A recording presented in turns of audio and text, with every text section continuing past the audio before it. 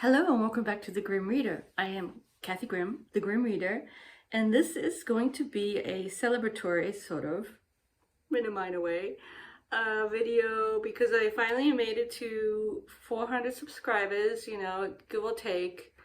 I did have to beg a little bit on the Twitter because it was just, I know numbers, whatever, but it was sort of annoying because at 397 and then 398. And then 397, and it kept going up and down, up and down. I don't know what it was. Someone was having a hard time deciding whether to subscribe to my channel. So I just kind of shot out a Twitter saying, and a couple people, and so I went up to 401, and I'm at 400, which I kind of like. I like the even numbers. And so we'll see how it goes. So this is going to be, because all I've been giving you, lovely people, my weekly updates, which, because I haven't been finishing a lot of stuff, they've been a little repetitive. I apologize. I kind of hope I've been able to make them somewhat interesting, and people are still watching them, so it's fine. Anyway, I'm going to give you a tag, and I've admitted back when I had my crisis that I don't really want to do a lot of tags. I don't want to feel compelled to do them, and I'm actually kind of happy that people are not tagging me. That's fine, because it just means I can partake of them as much or as little as I want, and that's perfect for me. So I'm going to do the Books and Life tag. I think it comes from Steve. I think he's the originator of this tag, and it's a nice one. And I will apologize. I am going to be trying to look at you all, but I'm not quite set up here in my room yet, and my printer's still not here. So I'm just going to look at and I film on my phone. See, I'm different from other people like Britta. I'm filming you on the phone, and I'm going to look at my computer. So the opposite of what other people seem to be doing sometimes. Anyway, let's get to the questions. On a scale from 1 to 10, 1 being a normal person and 10 being the late Harold Bloom, how much are books and readings a part of your life? And this is already a really difficult question. And I do think, for me at least, perhaps for everyone, we need to distinguish between books, as objects, as things we think about that we might read, and actual reading. And my problem is I don't read enough. I fret about how little reading and I do find myself actually not reading, and I want to read, but there's always other stuff. I think it's the sign of the times. There's other things going on. Of course, I have work and I do have work to do, but I could read a lot more than I actually do. That is a problem. That being said, I do think about books a lot. So, to quantify a number, I don't know. If Steve says he's a 9 and Britta says I think she was a 7, she likes that number 7. I'm probably like a 5, It's really hard to say because I'm academic and I used to do research. And even now when I'm getting ready to teach a literature or a culture class, I do have to dip into a lot of books and read. And I read a lot of non-book stuff too. I read articles on my computer, from academic journals. I even sort of listen to, I was thinking about this. I think I have nerdy interests, if not always connected to reading books.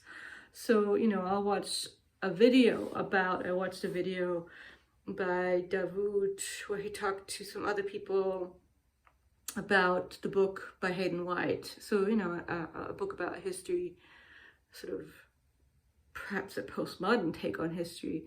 But it was a pretty long video, and I actually had to slow it down because I wanted to actually think about what they were saying while they were saying it. I'm actually wondering if I do have some form of adult ADHD because processing what people are saying takes me a long time, and I actually do I want to be thorough. I think that's my problem. Is I can tend to be sort of overly invested in being thorough, which is I don't know if that means I'm a perfectionist. It means I'm messed up sometimes because it means I'm slower at certain things. For example, reading. I read at a glacial pace because I want to sort of get it all. And I do find, I've already talked about this, how it's quicker reading on the ebook. Like I'm reading The Stand now, which I shouldn't really talk about because it's the weekly reads. I'm noticing how I do kind of, when I sort of know what's going on, I almost just sort of glance at the page and move on because it's sort of, I don't need to. And then sometimes I go back and read it slowly. But anyway, I'm babbling already on the first question. So I would say, even though I'm only a 5 in terms of reading, it is all consuming my interest in books. Well, almost all consuming. I do have other passions. I think my main other one is I've always been really into what I'm going to call stationery. This sounds so strange, but since I was a little girl, I've loved the notebook section of like, not more than the book section in a way. Like empty notebooks have been my passion. And then, followed closely by books. And so it's so interesting that the passion for all things stationery has been, and so that's why over the summer I have started a stationery Instagram, and it has no subscribers yet, but I've even started a channel for the stationery stuff just because it's an outlet for me to talk about it. And perhaps even more than books, I really don't care that much about how many followers I have there, although more than none would be good. We'll see. Anyway, I'm talking about other stuff as opposed to the questions, and we're already at 6 minutes. It's going to be a long one. Not all the questions will take that much time. So where does your personal library stand right now in relation to the rest of your life? Which is also a really interesting and sort of loaded question in my case. Do you have more books now than you ever have? Fewer? How has your library changed? So for me, the reason why this is a loaded question is that, well, everything's loaded when it comes to Kathy Grimm. But it has to do with the fact, I still remember 10 years ago when I was denied tenure at my college and having to move out of my office at school. And a lot of books, there was 20 boxes of books that were packed up. I ended up in our garage. And so, as some of you know, we've just redone our floors. And so it involved taking all of the books off of our shelves and putting them in the garage with the ones that were still there from before, they haven't all come in. And so that's just been, my life has been, what's the word? Consumed by books, but oftentimes books in boxes. In garages. It becomes like a central part of your life. And an interesting thing I thought for some of you have library thing? So it's the precursor, it's sort of more, it's different from Goodreads. It's where you categorize your books. That was a big thing.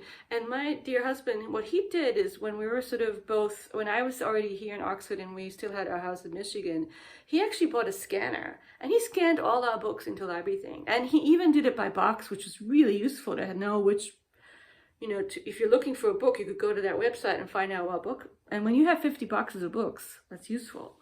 So we did do that. Of course, now it's all kind of messed up because we haven't really added the new ones in because we haven't really need to because we're not moving. But I think he actually enjoyed doing that, scanning. And he would call me up on the phone and say, "Oh, I'm having a hard time with your German books because they don't scan. They're old. They're not in the, they don't have ISBNs or whatever." So it was kind of funny. And so I think my point with the question is, I feel like I'm, not to be morbid on you guys, but I feel like I'm at that midpoint of, get more books. Don't worry about, not being here anymore, and at the point where I'm kind of like I want to downsize a little bit in terms of my books and have just ones that I'm really attached to, as opposed to just continually bringing them in. And I have to say, it does make me anxious. I guess I'm afraid of hoarding, and I don't want to be a hoarder, and I don't think I am a hoarder. I think I'm more like a constantly curating type person. So there's a constant sort of push this out, bring this in. And sometimes it's silly, because I'm always taking stuff in. Witness my new beautiful Gwen Frostic book that I got at the library sale when I helped out there the other day. But I still want to I want to have a sense of what I have. I don't want to just continually be buying new books and not reading them. And, I want to have control or be in control of it to a certain degree. So I would say we right now, we probably, I'm trying to think if we have more or less than we've ever had before. I have been getting more because of being on BookTube, but we're probably less. I would say at our highest point, we probably had over 1,000. We never had like 3,000, I don't think. I don't really know. I don't know the number. And right now, I would guess that we have probably still about 1,000 books. I don't know. I really don't know. But I hope that it's not, I hope it stays at the same or goes down. I don't think it will get bigger because that house is not gonna, as Steve said, if you have 10,000 books and not a lot of space, you have a problem. And he's not wrong. Also, I do think, I do kind of like the whole idea of, well, we have to read. I don't think I could ever do a only read what's on your shelves and don't buy new books, because it is a joy to bring in new stuff because of what you hear about on the booktubes to a certain point.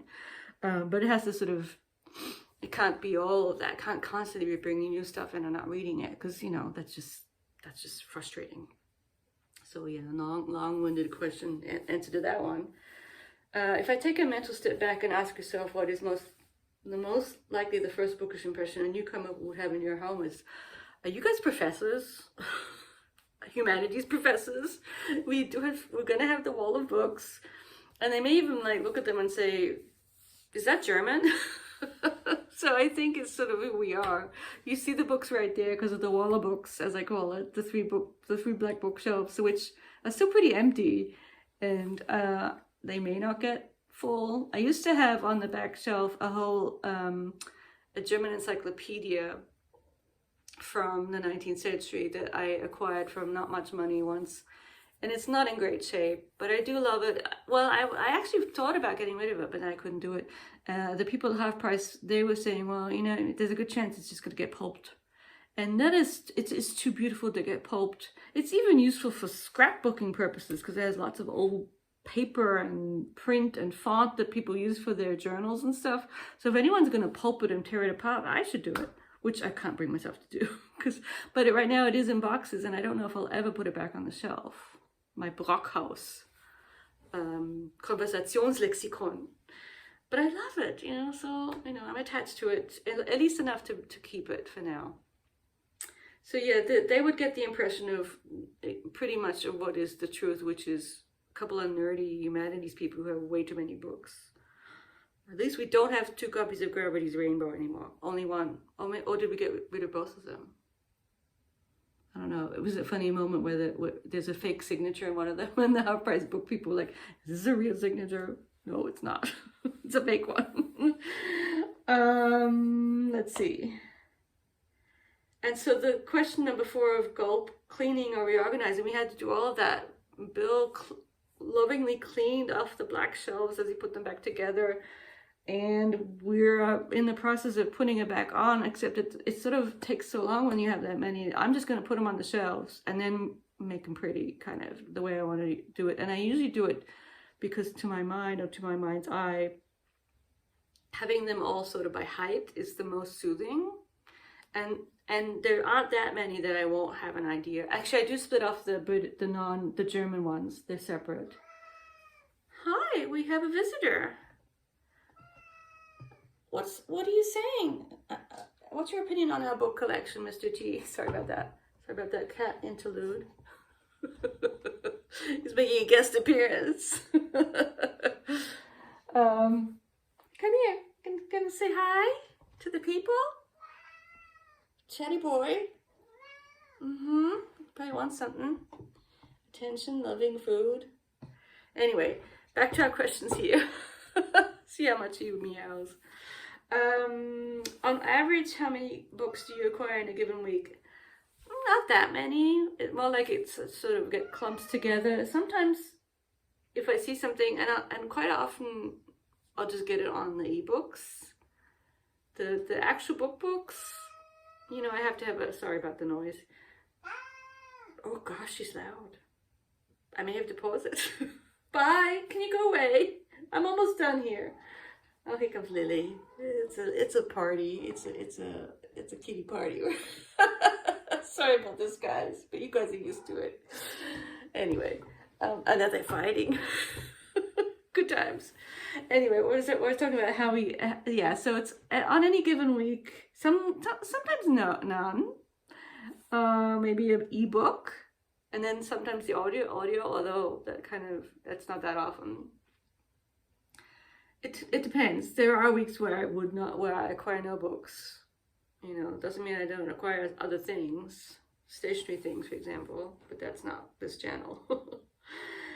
6 is an interesting question about the earworm, because I have to confess that one of the things that has that on the one hand I'm actually glad I did, on the other hand, of course, it's social media, so terrible.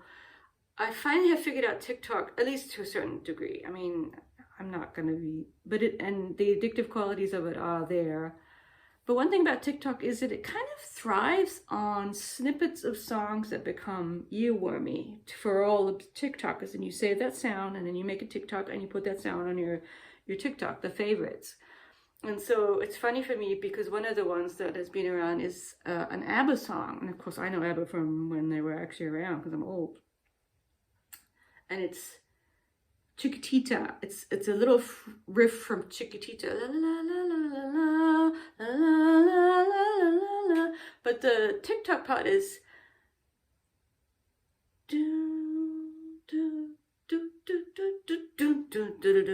I can't do it. I can't do it justice. But it's a little part from Chiquitita. You like to sing too? Oh gosh, I'm sorry, guys.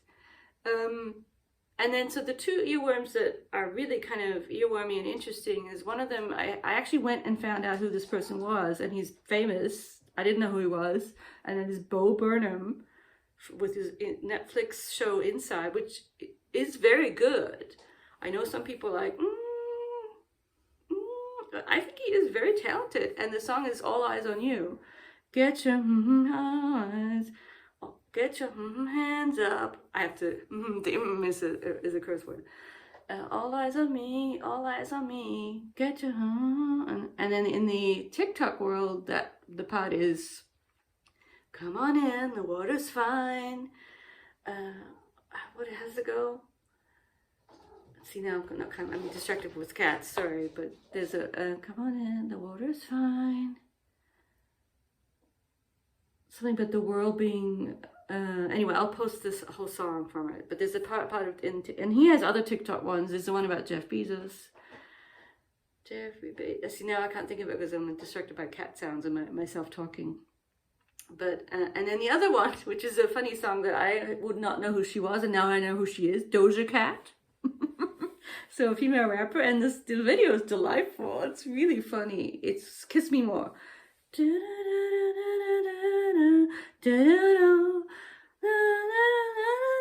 Sorry, my bad singing here. It's like karaoke. And so, yeah, it's very earwormy, and the video is delightful and funny. I mean, it's, a little bit rude, but it's 2021 and she's a rapper. Yeah, it's fun. I love it. I love those two songs. They're very good. There's a lot of other earworms connected to TikTok.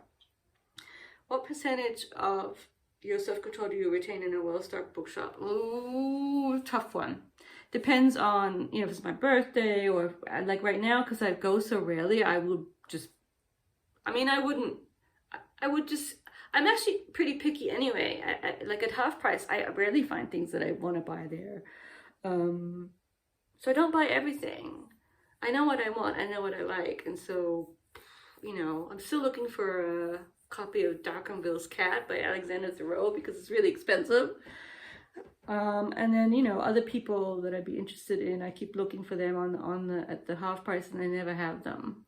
Of course, now I can't think of who they are, but so I'm actually pretty good about not buying a lot. But I have a feeling if I went to the right kind of place, like, if they had beautiful Persephones, that might be hard. I've seen some on the video, people going to bookstores where they have beautiful sets of Persephones and other things. Am I gonna have to pause this to let him out? We're almost done. Let's see. Do you ever feel the need to take a break from books? If so, what form does it take? Not really, because I think I do take too many breaks from books. I don't get to reading enough, and part of the frustrating this summer is that I've done other things, which is good on the one hand. Even TikTok takes away time, and my stationery love and planning takes away time from reading. And if you don't read as much as, I don't read that much anyway, it's taking more time away from it. So I want to try and, get back into a mind space where I do read more, and also can go back to more difficult reads. I mean, this has been a weird year for me in terms of reading, because I did do the recognitions and I'm reading Anna Karenina, but I still kind of feel like I'm not as serious enough about reading as, well, a lot of you are. But I love it, and I love talking about it. I love hearing you all talk about it. So, you know, that's enough, right? In terms of provisions after you croak, this is why I do want to get rid of quite a few of them, because I do understand that when I croak, and when, you know, either of us croaks, we're just going to get rid of them all. I mean, no one's really going to want our books. I mean, we'll just take them to half price or the library or whoever will have. They'll end up, I mean, the library sale, when you set up for a library sale and you see there were like 5 boxes of Zane Grey books. Oh my gosh, did that person write a lot of novels? Zane Grey? Do I have to read Zane Grey?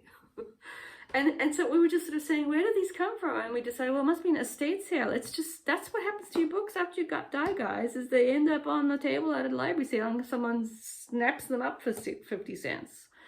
Or, you know, the Frost Sticks up there, they're actually really interesting books that she published herself at her Heidelberg printing presses up there in Michigan. That one.